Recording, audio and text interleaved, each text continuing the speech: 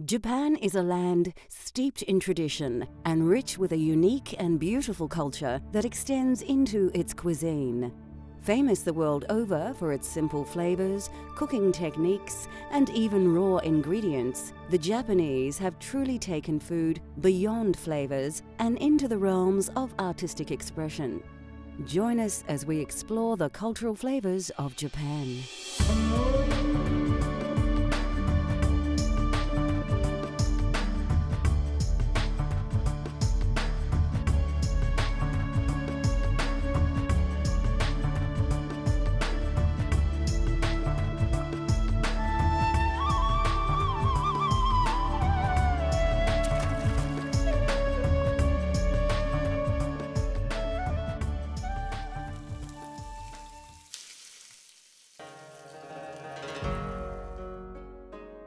Located in the Pacific Ocean, Japan is an island country in Southeast Asia.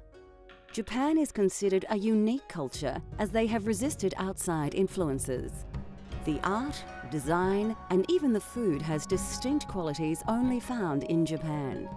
In Japan, the presentation of food is very important. We like to so-called eat with the eyes. As a chef, we have different sets of rules in presenting all the food, which a lot of customers might not realise, but the way we dish it up on the plate has to be in a certain position, and the food has to be tall at the back, low at the bottom. Japanese food is often based on a combination of rice or noodles, with dishes made from meat, fish, vegetables or tofu. Being an island country, seafood features prominently in the dishes of Japan, especially shellfish, crabs and fin fish. All over Japan, the various flavours of each dish is well worth looking into, and just trek from north to south and try the different flavours.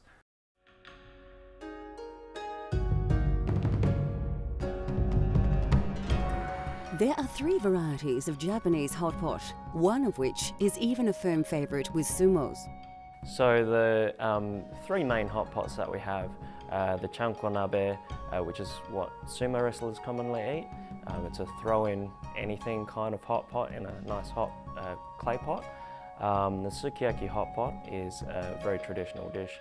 Sukiyaki actually means to cook in a shovel, because that's what the farmers used to do. So they'd put in their beef slices and vegetables in a nice sweet soy sauce broth and have that with some rice. The third one, the shabu shabu, is probably the most popular hot pot. It's just a light broth, and you put in your, again, thin beef slices and some vegetables and take that onto your sesame dipping sauce, or ponzu, which is a citrus dipping sauce.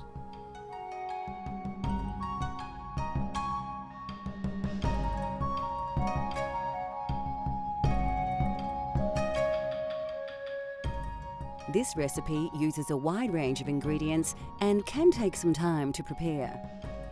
To create a sukiyaki cordial, you need to combine sugar and soy sauce.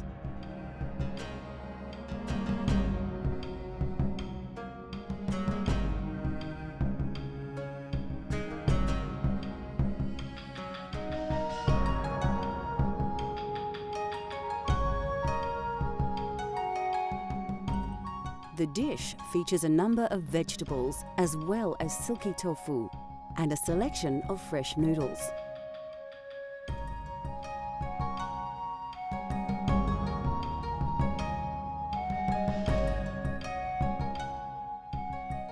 We also use thin slices of premium beef. As an accompaniment, you'll need an egg for your dipping sauce and some fragrant rice.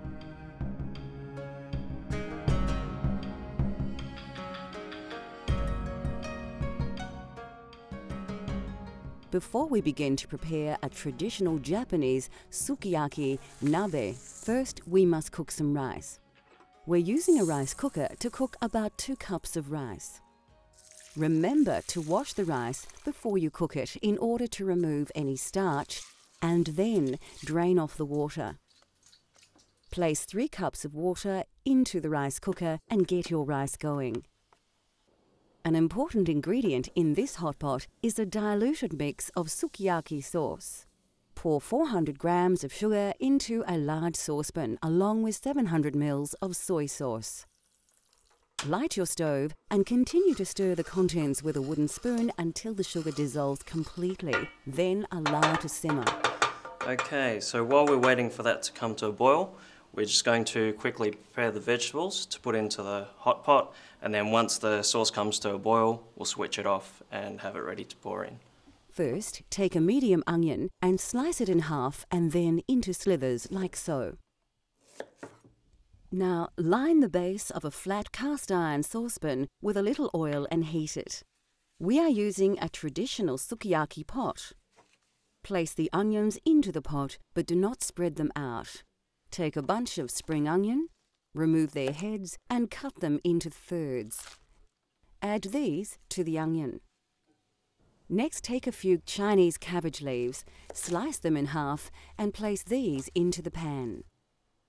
This recipe also includes noodles. We are using udon and vermicelli. Both are fresh and ready to go. Add a handful of bean sprouts and a few chunks of tofu. And don't forget a Japanese favorite, shiitake mushrooms. Okay, so these shiitake mushrooms are commonly found in your local Asian grocery, but they often come dry. So what I've done is I've soaked these for about 10 minutes in some warm water, and that makes it nice and soft. Now we're just going to chop these stems off and cut them into bite-sized pieces.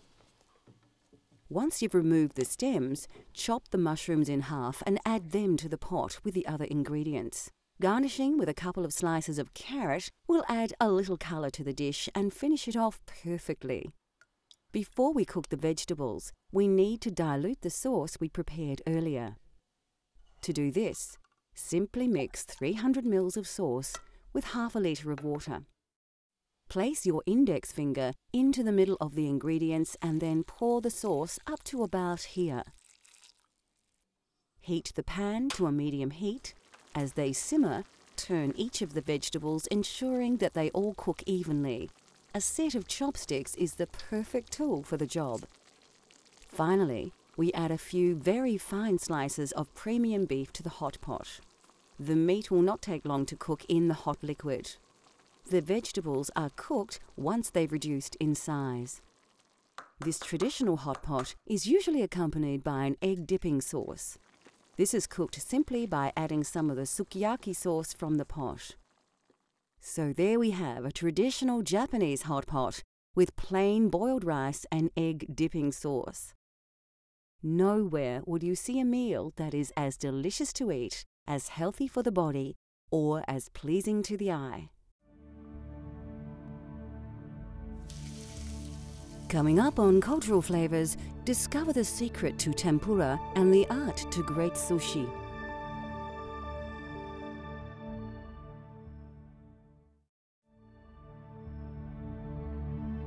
Japanese cooking is often remembered for its unique meat and fish preparations, but vegetables are a large part of the local cuisine. A majority of vegetables used in Japan are common in many countries, with root vegetables and mushrooms popular. Chinese cabbage is one of the most widely used vegetables, appearing in all kinds of dishes right across the country. Eggplant, or nasu, is an important vegetable in Japan and features in a wide variety of dishes. A popular dish is for the eggplant to be halved and baked under a layer of miso paste. Eggplant is also used in soups, stir-fries, and often has sugar added to it during cooking. Japanese mustard spinach, or komatsuna, is similar to spinach and is well known for its health benefits in Japan. It is eaten raw in salads, boiled in soups, or added to curries. Japanese mustard spinach is also pickled in some regions. The goya, or bitter melon, is famous in Okinawan cuisine and a key ingredient in goya chamuru, Okinawa's signature dish, a stir-fry with goya, tofu, and eggs. Like its name, the flavour of the goya is extremely bitter and is recognised as the most acerbic of all melons. Mushrooms, or kinoko, are a large part of the Japanese diet. Enoki mushrooms are grown in tight bunches and are often added to stews and soups. Japanese mushrooms have become known the world over for their unique flavour and are available fresh, dried, or even canned in most countries.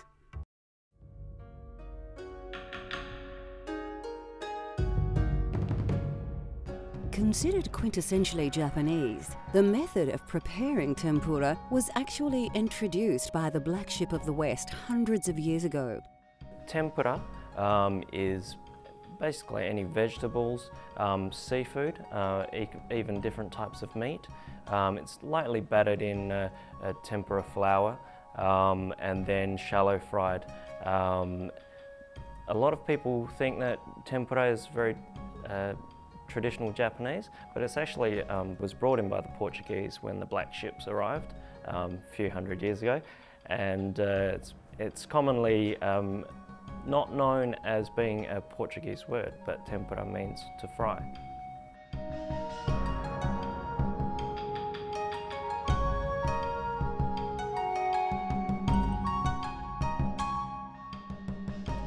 To make a dipping sauce for the tempura, you will need a few important ingredients: mirin, a sweet cooking sake, grated ginger, and daikon or white radish.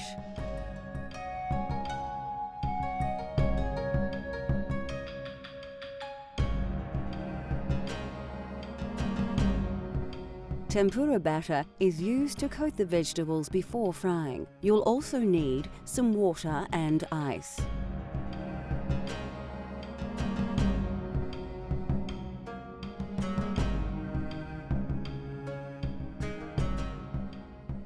We'll tempura a range of seasonal vegetables, including beans, capsicum, carrots, and onions.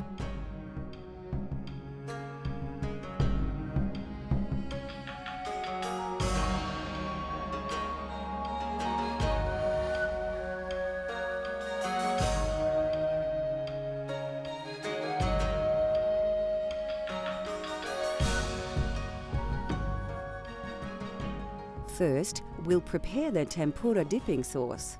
Put 1/3 of a cup of hondasashi to 900 ml of water and give it a quick mix. Pour this solution into a saucepan and then add 200 ml each of soy sauce and mirin. Bring to a simmer.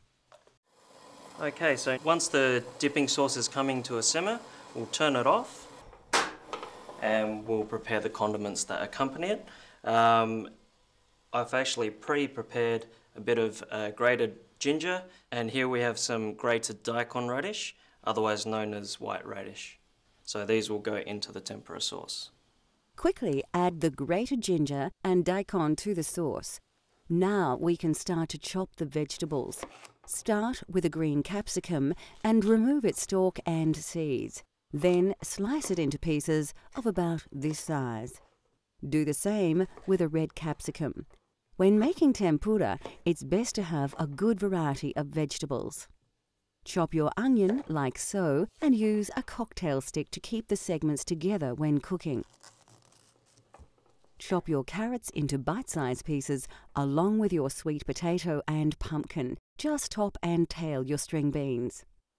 Now's a good time to heat some vegetable oil in a pan to 180 degrees. Okay, your vegetables are ready to go now, so we can start the batter. Place 200 grams of tempura flour into a large mixing bowl. Add the yolk of an egg and then pour in 600 ml of water. Lastly, add a cup of ice into the mix. Swiftly stir with a pair of chopsticks and ensure that the flour doesn't completely dissolve, leaving some residual clusters. It's important not to spend too much time mixing. Now we can start to batter the bite-sized vegetable pieces. First, lightly coat them in dry tempura flour. Now that your oil is nice and hot, take your coated vegetables and, one by one, dip them into the batter, shake off any excess, and then place them in the oil to fry. Keep a good eye on your vegetables and remove them as the batter begins to turn a light golden brown. Take them from the pan and place where any excess oil can freely drain. Mixed vegetable tempura is best enjoyed with the dipping sauce that we prepared earlier, along with plain boiled rice and some good friends. Next on Cultural Flavours, we get rolling as we reveal the art to fine sushi.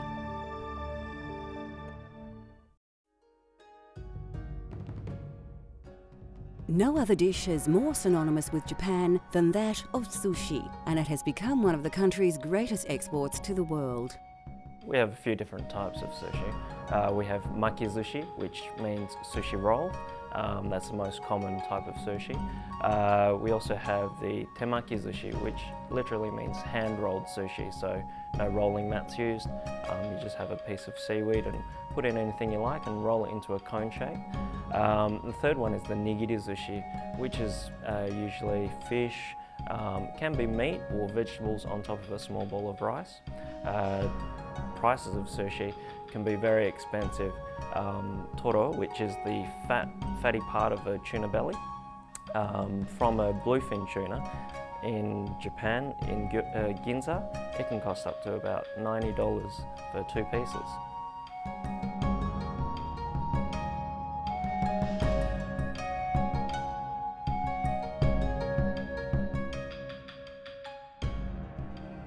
Today, we're going to show you how to make a sushi selection. We're using a variety of fillers, such as fresh vegetables and fruit. Of course, seafood is a major component of many sushi dishes, and in addition to a fresh salmon fillet, we will use tobiko, which is the roe from a flying fish, and crab sticks.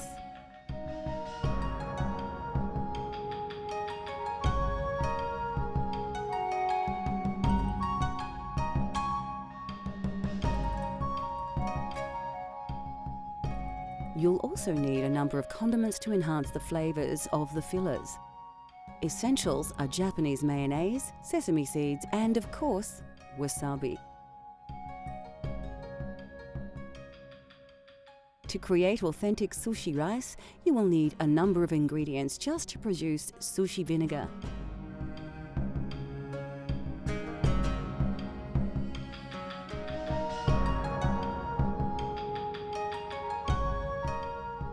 Finally, you will need some leaves of nori, which is made from seaweed and found at any Asian supermarket, along with many of the other ingredients used today.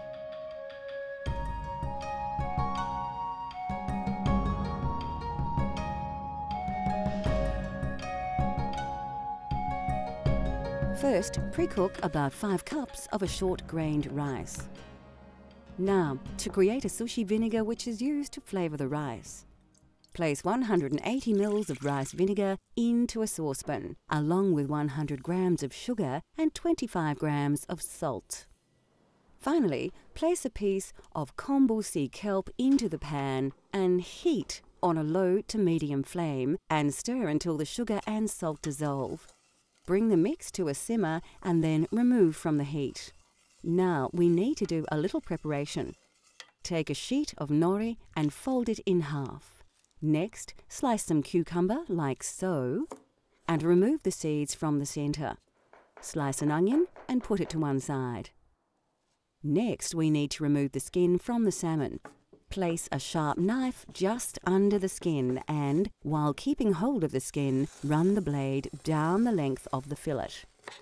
Slice off a section and put the rest of the fish to one side. We will now finish off the sushi rice. Once the rice has cooked, let it sit in the cooker for an extra 10 minutes before placing into a large mixing bowl. Pour 180 ml of your sushi vinegar over the rice. Okay, so once we've poured the vinegar over the rice, we need to ensure that the rice is cooled down before we start making any sushi rolls or nigiris. So we're going to cool it down in front of this fan. Okay, so we need to ensure that we bring the hot rice from the bottom to the top and cut through it instead of pushing down, because that will damage the rice. So in front of the fan, lifting the hot on top of the cold at the top, and then mixing it through. At last, now we can start the process of making sushi. Place a sheet of nori onto a sushi rolling mat. Then dip your hands into some ice water, dry off any excess water before grabbing a handful of sushi rice and rolling into a ball. Using your fingers, spread the rice out over the nori sheet. Scoop a touch of wasabi onto your fingertips and sprinkle it down the center of the roll. Take 2 pieces of cucumber and place them lengthwise. Now carefully roll together and then put to one side. Another sushi favorite is the California roll inside out. First, place some cling film over your rolling mat and then cover this with a piece of nori. Dip your hands in some ice water like before and then roll another ball of rice. Spread the rice over the nori sheet, then carefully turn the sheet over so the rice is on the bottom. Take some Japanese mayonnaise and run along the nori just off center. Next, place a couple of crab sticks like so. Then, with a tablespoon, scoop out some avocado and position it alongside the crab. Now carefully roll the sushi together and put them to one side. To prepare nigiri salmon, first take your piece of salmon and cut into fine strips like so. Dip your hands in water and roll a small ball of rice. Place a small dab of wasabi onto a piece of salmon and then squeeze the fish around the rice ball. Place on a plate. Aburi salmon is a milder variation of nigiri salmon. Squeeze a rice ball together with another piece of salmon, but this time do not bother with the wasabi. Place the fish on a dish and top it with some Japanese mayonnaise. If you have one, sear the salmon and mayonnaise with a small blowtorch.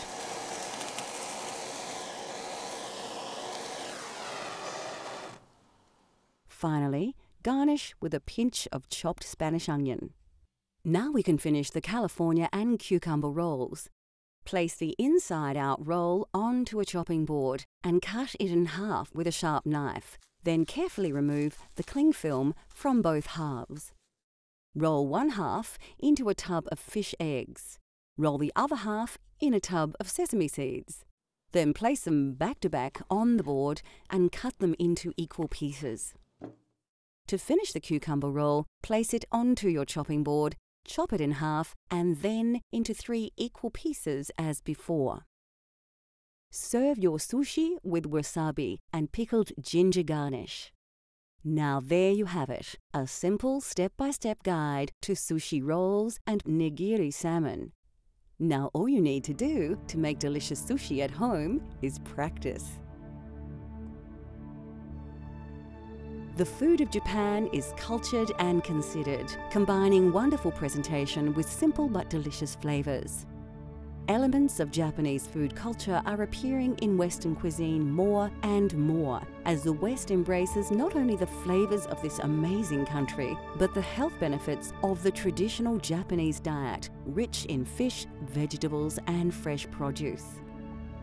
Cultural Flavours continues to explore the world through the diversity of food, from Sudan to Singapore, Italy to India. Let Cultural Flavours take you on a gastronomic journey so you can experience the tastes of the globe at home.